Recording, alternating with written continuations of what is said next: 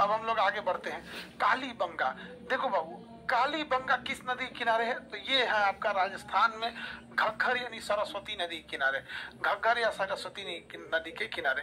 इसमें से बहुत सारी चीजें मिली है। जो आपको क्वेश्चन आएगा वो जुता हुआ खेत, जुता हुआ खेत कहाँ मिला है?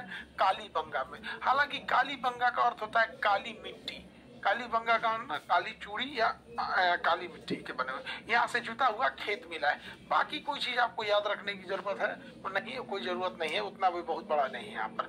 यहाँ पर धौलावीरा ये सिंधु सभ्यता का सबसे बड़ा स्थल माना जाता था, हालांकि इससे ही बड़ा राखी गढ़ी मिल गया है। चंद हुदड़ों से सवाल ज्यादा आता है बाबू। देखिए हम आपको पता है जिसमें दड़ो लगा रहेगा वो सिंधु नदी के किनारे है और वो जगह पाकिस्तान में है। चंद हुदड़ो ये किस नदी के किनारे होगा? सिंधु नदी के किनारे होगा। अब ये चंद हुदड़ो की विशेषता समझिए, ये फीमेल प्रधान शहर था। यहाँ महिला के रिलेटेड चीजें, गुड़िया मिली है, मनका मिला है, मेकअप का चीज मिला है, शीशा मिला है, थोड़ रंगने वाला मिला है, ये सब चीज मिला है।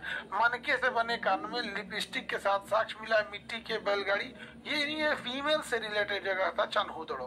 फीमेल से रिलेटेड जगह कौन सा था? चंद हुदड़ो। ठीक है, बोलिए बाबू। फीमेल से रिलेटेड चंद हुदड़ो था। ये दो चैप्टर थोड़े उटपटांग होते हैं, पहले दो चैप्टर, उसके बाद सब सही रहता है।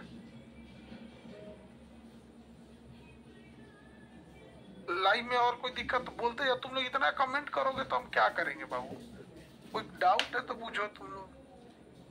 अब 2 घंटा तक गुड मॉर्निंग है। अब देखते हैं लोथल। लोथल से 3-4 क्वेश्चन पूछता है बाबू। लोथल से पूछता है कि किस नदी के किनारे? तो लोथल है बाबू भोगवा नदी के किनारे। लोथल है भोगवा नदी के किनारे।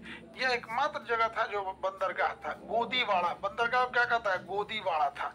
बंदरगाह को क्या कहते हैं? गोदीवाड़ा था। और यहाँ माप तौल का सामान मिला है। क्यों? क्योंकि बंदरगाह पे जहाजें जब लोड और अनलोड होंगी तो बिना नापे तौले तो भेजा नहीं जा सकता है यहाँ पर, तो माप तौल का समाधान मिला है, चावल का साक्ष्य मिला है और युगल समाधान मिला है जो सती प्रथा को बताता है।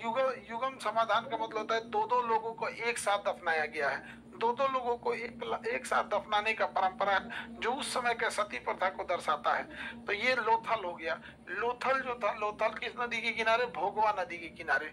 बंदरगाह कहाँ मिला? तो लोथल के पास बंदरगाह मिला। लोथल के पास बंदरगाह मिला था। किसके पास बंदरगाह मिला? लोथल के पास बंदरगाह मिला था। बाकी के लिए इम्पोर्टेंट जगह नहीं है, ये इम्पोर्टेंट नहीं है। अब यहाँ पे आगे बढ़ते हैं, पहले यहाँ तक, उसके बाद पहले पूछ लेते हैं। रेडी हैं आप लोग? आप जवाब देना बंद करो बाबू, तुम्हारे कमेंट से हम थक गए हैं। ऐसे बोलो, ऐसे कमेंट करोगे लोग तो आदमी पढ़ाएगा कैसे? क्या कोई हद नहीं। देखिए बनवाली जो सड़क थी यहाँ पर, बनवाली ये उतना अच्छा शहर नहीं था, इसके सड़कें टेढ़ी मड़ी थी। रोपड़ में मानव के साथ साथ कुत्ते को भी दफनाने का प्रचलन मिला है। रोपड़ में मानव के साथ साथ कुत्ता को भी दफनाने मिला है।